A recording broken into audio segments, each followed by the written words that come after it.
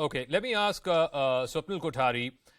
A few days ago, we had no less than the Chief Justice of India famously say that in India, the process, unfortunately, has become the punishment. And I can't cite two better examples in recent times, whether it's Nupur Sharma or Mohammed Zubair, where clearly the process had become the punishment. So I want to ask if that has been upheld today by the Supreme Court in the Zubair matter, where it said that seemingly he was being made to run around for the same cause of action. A, should that not apply to Nupur Sharma as well? And B, if there is demonstrable evidence to show that bases some of the comments that a particular bench of the Supreme Court made, she was getting death and rape threats, then doesn't the duty of the court to protect the fundamental rights of every citizen, in this case Article 32 is what she moved, doesn't that take primacy over any state action?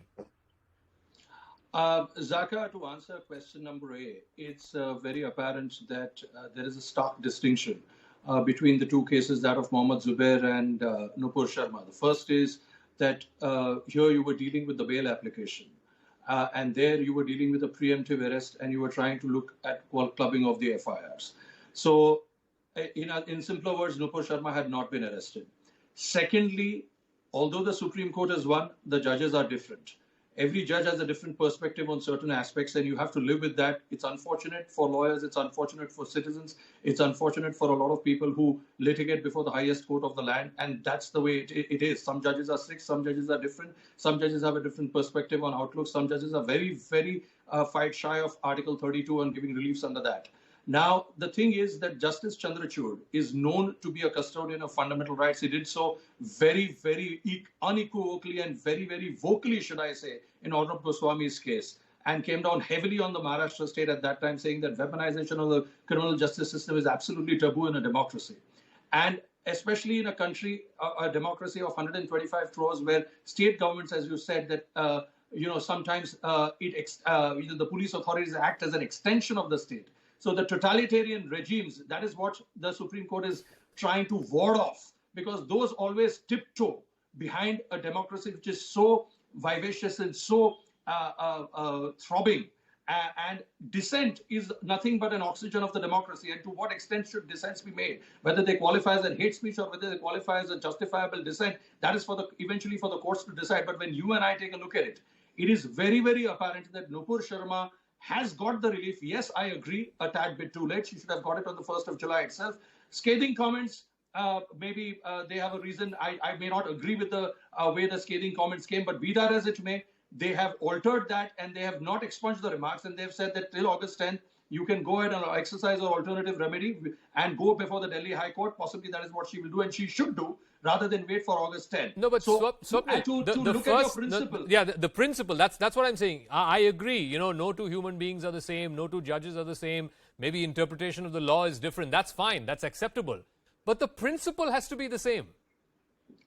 I completely agree with you, Zaka, that the principle has to be same, and that is the reason why I just told you that that judgment should have come on the 1st of July itself, of clubbing the FIRs or saying that please go to an alternative court where you have an alternative remedy, because we are a little sherry of invoking Article 32 or exercising a jurisdiction which we already have on the basis of several principles and principles of fairness, equity and everything. But that's another perspective of it. That's the way some judges look at it. But I completely agree with you that with this judgment, it is an absolutely landmark judgment, and it will give a tremendous amount of fillip to the fundamental rights, to Article 32, to Part 3 of the Constitution, which is the life breath of our democracy, and several states which have an open mind, which will look at it very seriously and possibly even go to the extent of informing the police officers that, look, you have the power of arrest and your criminal law will always be subjugated and will be obsequious to the constitutional law. And if you do not do so, then the Supreme Court will step in as the sentinel qui-vive, that is the custodian of the Constitution, and throw its weight around and put a final stamp of authority in saying that we are the final arbiters and we will decide and dictate and govern the country as per the rule of law and not as per the whims and caprices of any state government or any of the bandicoots that rule it. The people who face this, the arbitrariness of having multiple FIRs for the same offense, the most happen to be journalists. Today, any of you can say something incendiary on this show And not only will you be charged, I will also be charged as the editor of the show and the editor of this channel. And I could have multiple FIRs in different states and perhaps even multiple FIRs in the same state, as has happened to one of my colleagues in our Hindi network. So, Smita, will today's judgment set a benchmark, if you will, in this day and age of social media and electronic media, where, you know, for one comment made in one television show, you have multiple FIRs either in the same state or multiple FIRs in different states? Will journalists be protected by the power of today's judgment? Well, Zaka, this being hailed as a landmark judgment and the eminent judge being called the upholder of democracy, I will stay clear of these hyperbolic statements. I'm no legal, so I'm just a journalist like you, so I'm not going to talk about it. But yes, I do say that bail should be the rule and jail an exception.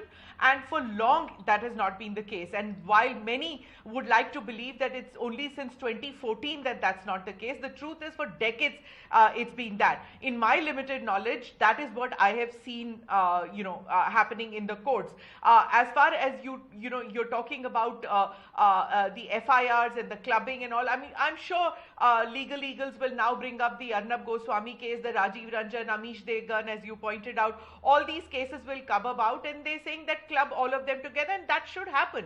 The courts have to be impartial and not be influenced, to say that bandicoots ruling the country and all that. I hope to God that judges aren't watching this show and are not influenced by this kind of talk, because I would hate to think that they are influenced by a political party or by another political party, and they should ensure that citizens don't feel that, that the judges, as Ratan Sharda said, that it's not enough to just for